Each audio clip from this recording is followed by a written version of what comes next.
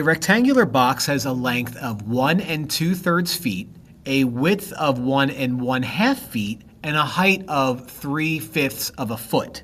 What is the volume in cubic feet of the rectangular box? Well, let's draw a rectangular box. It doesn't have to be drawn to scale, and I'm not an artist, so it's not going to be perfect. Not at all.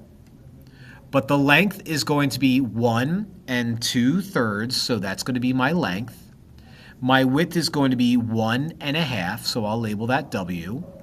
And my height is going to be 3/5 of a foot, so I'll call that my H.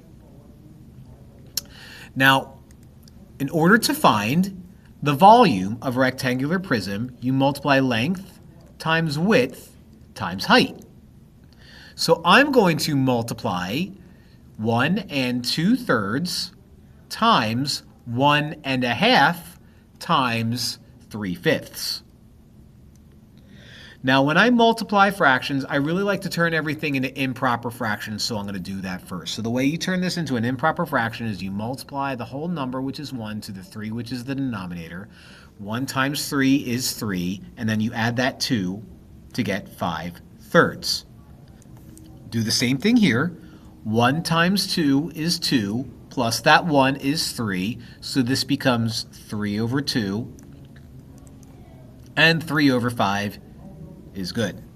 Now, there's a little trick that if you're multiplying fractions, if a numerator and a denominator are the same, cross them out. You don't need them.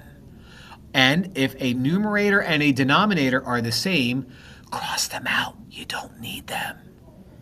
Now, what that leads us with is all of these just become invisible ones. So 1 times 1 times 3 is 3. 1 times 2 times 1 is 2. So we get the improper fraction 3/2. And wait a minute, isn't 3/2 the same thing as 1 1/2? It sure is. So we have feet here. This is volume. So we end up with 1 1/2 cubic feet. They only want the 1 1/2 part, so A is going to be our answer. Dunzo, funzo.